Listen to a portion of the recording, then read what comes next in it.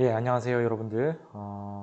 지난 시간까지 정부와 사회에서 어떤 자세로 지내야 되는지에 대해서 이야기했다면, 이번 시간부터는 갈등, 폭력에 대해서 어떤 자세를 가지고 우리가 임해야 되는지에 대해서 함께 살펴보도록 하겠습니다.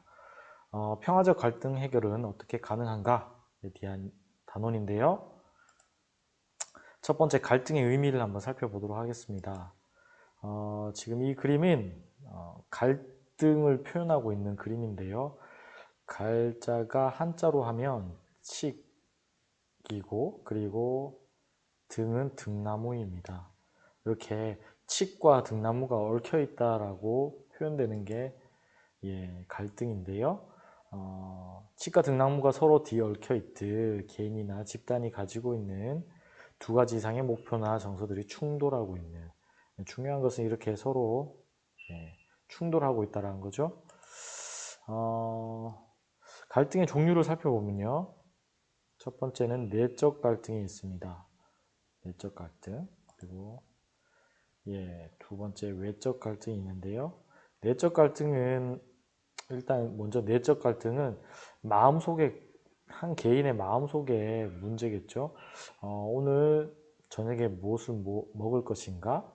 내가 어떤 선택을 할 것인가에 대한 내 마음속의 그러한 갈등을 내적 갈등이라고 하겠고요. 외적 갈등은 외부로 드러나는 갈등이겠죠. 친구 사이에, 개인 대 개인, 가족 사이에, 나와 아빠, 나와 엄마 사이의 그런 갈등, 이런 개인 대 개인의 갈등이 있고요. 개인 대 집단이 있을 수도 있습니다. 예를 들면, 내가 어떤 쇼핑몰에서 물건을 샀어요.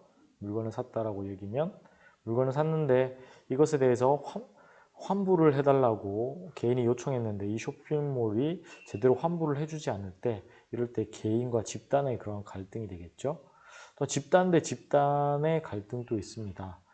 예를 들면 어떤 뭐 장애인 복지시설을 어떤 장소에 건립하겠다라고 했을 때 우리 지역은 안 된다라고 이렇게 서로 우리 지역은 안 돼, 들여오지 마라고 이렇게 하는 경우가 있습니다.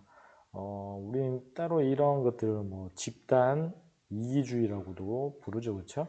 이렇게 집단과 집단이 부딪힐 때도 있습니다. 이런 갈등을 바라볼 때 갈등 자체를 바람직하지 못한 것으로 보는 경우가 있습니다. 이런 갈등이 생기면 사람들 사이에 감정도 상하고 마음이 힘들어지기 때문에 이 세상에 갈등 자체가 없었으면 좋겠다라고 이렇게 바라보는 경우가 있는데요. 사실은 생각해보면 갈등 자체가 없다라는 것은 이러한 다양함을 인정하고 있지 않는 사회만이 갈등이 없는 사회입니다. 그렇기 때문에 사실은 갈등이 없는 사회는 어찌 보면 우리가 바라고 있는 유토피아, 뭐 천국에서나 바랄 수 있는 사회, 완전 평화로운 사회, 또는 한 사람의 의견만이 공존하는, 한 사람만의 의견이 있는 이런 독재 사회만이 갈등이 없는 사회라고 볼 수 있겠습니다.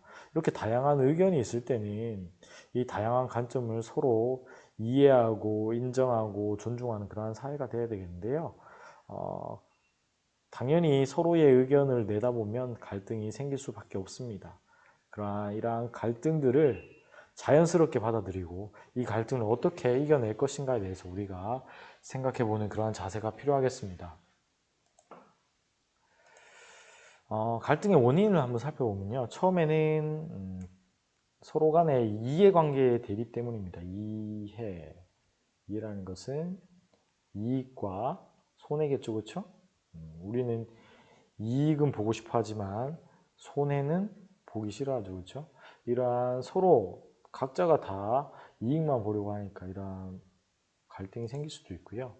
또 다른 문화에 의해서 이러한 신념, 이러한 가치들의 이러한 각자의 이러한 다양한 차이들에 의해서 서로를 이해하지 못해서 일어나기도 하고요.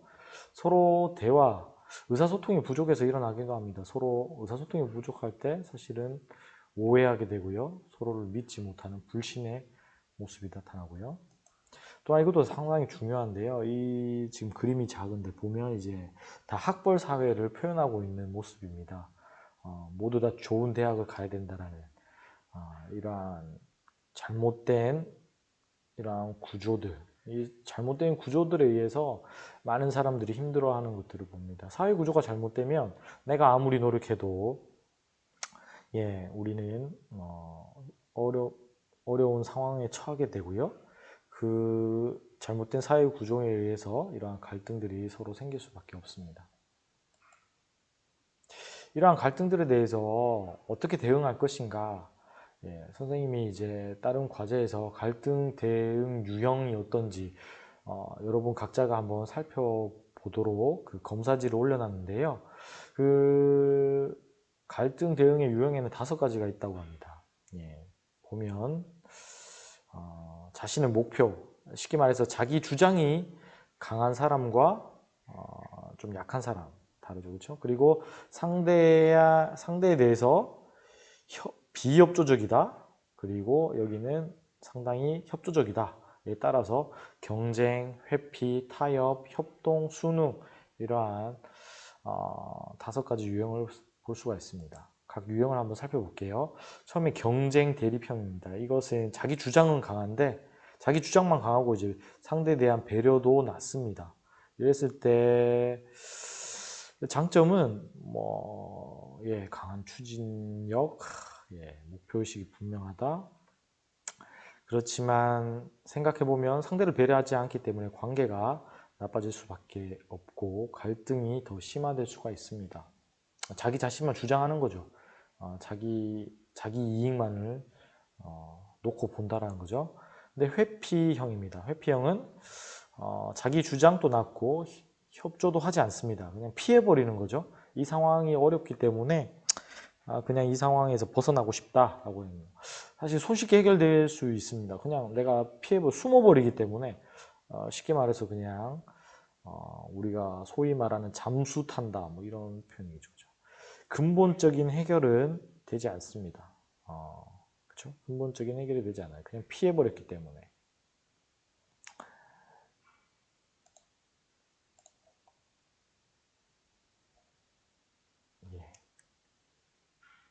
근본적인 해결이 되지 않는다. 다음은요. 양보 순응형입니다. 자신의 목표보다는 상대의 목표와 욕구를 전적으로 수용한다. 그렇죠? 자기 주장은 낮고 상대에 대한 배려가 높습니다. 내가 그냥 바로 양보하니까 시간이 적게 걸립니다. 상대방도 좋아하겠죠. 그렇죠? 상대방이 좋아하니까 타인과의 관계 유지가 됩니다. 그렇지만 자신이 원하는 것을 얻지 못합니다. 속이 부글부글 할 수는 있죠. 속이 상할 수가 있습니다. 그죠? 협동 해결형입니다. 자기 주장도 강하면서 상대에 대한 배려로 모두를 만족시키는 장점은 모두가 만족되는데 사실은 이렇게 문제를 해결하기 위해서는 시간이 오래 걸리고 노력이 많이 필요합니다. 서로 많은 대화를 나눠야 되고 서로의 의견을 많이 교환해야 되겠죠. 마지막으로 타협 절충형인데요. 적절한 타협으로 그냥 해결하는 거죠. 그렇죠?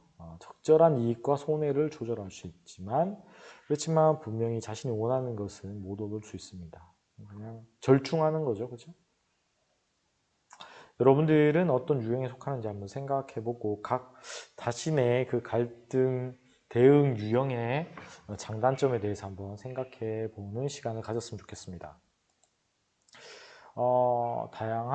그러면 갈등은 어떻게 해결할 수 있을까 한번 살펴볼게요. 처음에는요, 색깔을 바꿔서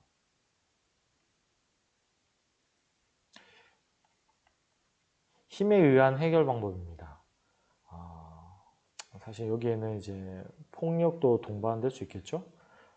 자신의 강력한 힘을 가지고 이렇게 상대방의 희생을 요구하는 거죠. 여기서 문제점은 명확합니다. 승자가 있고 패자로 나눠집니다. 사실은 갈등을 근본적으로 해결하기 어렵고요. 폭력은 어때요? 사실은 계속해서 폭력을 낳습니다. 폭력은 악순환을 가져오는 문제가 발생해요.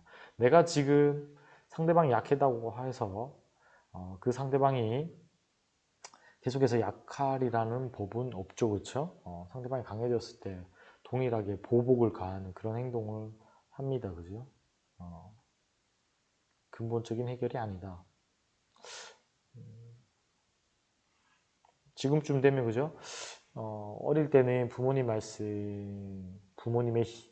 말씀을 듣지 않을 때 어찌 보면 어떤 가정에서는 이렇게 힘에 의해서 부모님이 야단치고 예, 강압적으로 여러분들 시키는 경우가 있었지만 지금은 여러분들에게 그러한 것들을 사실은 강요할 수 없는 거죠, 그렇죠? 여러분도 듣지 않고 여러분도 힘이 세지고 있으니까요. 두 번째로는 이제 법에 의한 해결 방법입니다. 법, 제도적 장치죠, 그렇죠? 이런 상황 속에서 법으로 해결한다. 근데 사실은 법대로 해라고 하지만 사실은 법에 해결하려면 그만한 시간도 필요하고요.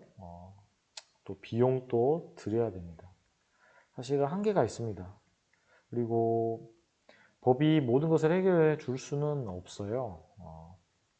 어떤 때는 상대방이 법에 의해서 처벌을 받지만 내 마음속에 상처들은 회복이 되지 않는 경우가 너무나 많거든요. 그죠? 그러니까 갈등들이 완벽하게 해결됐다라고 이렇게 볼 수가 없습니다.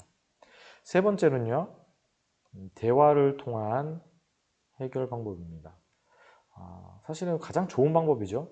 그렇지만 예, 평화적으로 해결할 수 있습니다. 그렇지만 많은 시간과 노력이 필요하다. 이 갈등 해결을 위해서는 여러분들 늘 생각해야 됩니다. 먼저 상대방을 존중할 필요가 있고요. 서로 대화해야 되겠습니다. 그리고 양보하는 자세, 그리고 서로에 대해서 서로 다 모든 것을 알 수가 없어요. 서로의 처지가 다르기 때문에 서로의 처지에 대해서 상대방의 처지에 대해서 생각해보고 이러한 서로를 이해하는 관용의 자세가 필요합니다. 그리고 만약에 서로 합의했다면 그 합의된 결과에 대해서는 이행할 필요가 있고 서로 받아들일 필요가 있습니다. 사실 말은 쉬운데 직접 이러한 일들이 닥치면 이 갈등 문제가 생기면 사실 대화보다는 다른 방법으로 이렇게 해결하려고 하는 경우가 상당히 많습니다. 그래서 사실 갈등 해결 사실은 쉽지 않습니다. 그러한 역량들을 사람들이 함께 모여 살면 갈등은 발생할 수밖에 없고 이 갈등을 해결하기에는 이러한 역량들을 키워가는 것 이러한 것도 사실은 공부 잘하는 것도 상당히 중요하지만 그뿐만 아니라 이러한 역량들 갈등을 해결할 수 있는 이러한 역량들도 너무나 세상을 살아가는 데 있어서 너무나 중요하다는 것을 여러분들 기억했으면 좋겠습니다. 예, 그러면 이런 평화로운 갈등 해결을 위해서 화도 내지 말아야 되고 인내하는 것이 가장 최선의 방법인가 라고 생각할 수가 있는데요. 그렇지 않는 경우도 있습니다. 우리가 갈등해서 물러서지 말아야 할 때도 있어요. 예. 고대 그리스에서는요, 이런 공적인 의무, 쉽게 말해서 이런 잘못된 사회의 문제들을 바라보면서 이런 것에 무관심하고 자기 일만 열심히 하는 사람을 바보라고 불렀다고 합니다. 이디오테스. 아테네 시민 중에서 정치에 무관심한 사람은 그냥 아무 쓸모짝에도 없는 가치 없는 시민이다 라고 여겼습니다. 공적인 일에 이러한 잘못된 것에 사회적인 문제에 대해서 관심을 가져야 된다고 보았습니다. 아리스토텔레스는 마땅히 분노할 만한 일에 대해서는 분노해야 된다고 여겼어요. 여전히 우리 사회는 우리가 바라는 그러한 사회를 이루기 위해서 애쓰고 있지만 여전히 우리 사회는 깨어져 있고 잘못된 부분들이 있다라는 거예요. 그것에 대해서 우리는 마땅한 분노를 해야 된다라고 볼 수 있겠습니다. 예, 마땅한 분노는 보다 더 나은 사회로 이끈다. 왜 그런가 한번 볼까요? 이 누구죠? 예, 미국의 전 대통령 오바마죠, 그렇죠? 오바마 대통령이 이런 말을 했습니다. 만일 어떤 아랍계 미국인이 정당한 법적 절차 없이 체포당했다면 그것은 제 시민권에 대한 침해입니다. 쉽게 말해서 나의 권리는 타인의 권리이다. 내가 지금 여기에서 아랍인이 침해당하는 것을 내가 그냥 무관심하게 그냥 넘겨버리면 결국에는 우리 사회의 방향이 우리 사회가 모두 다 시민권의 침해를 받는 방향으로 나아가게 된다는 거예요. 그래서 남의 권리는 타인의 권리이고 우리의 권리가 곧 사회의 보편적 가치가 됩니다. 아무렇지 여기지 않을 때 나도 어느 순간에는 내 권리가 침해당할 수 있어요. 그래서 요즘에 지금 미국 사회에서 미국에서 흑인 조지 플로이드라는 사람이 백인 경찰관에 의해서 8분 46초 동안 무릎에 의해서 목이 눌려가지고 사망하는 사건이 벌어졌죠. 그래서 미국에 있는 많은 흑인들과 많은 미국의 시민들이 흑인들의 생명도 너무나 소중하다라고 이렇게 지금 많은 시위를 벌이고 있습니다. 어찌 보면 이러한 갈등들, 마땅한 분노겠죠. 흑인의 인종차별에 대한 마땅한 분노입니다.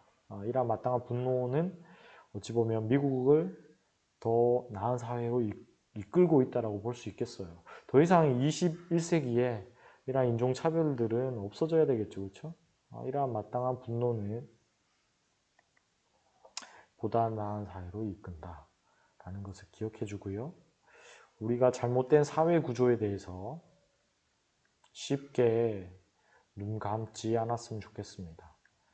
이 부분 잘못되어 있을 때는 그것에 대해서 내가 저항할 수 있는 그러한 용기들을 가지고 있는 여러분들이 되었으면 좋겠습니다. 이번 시간 여기까지입니다. 수고했습니다.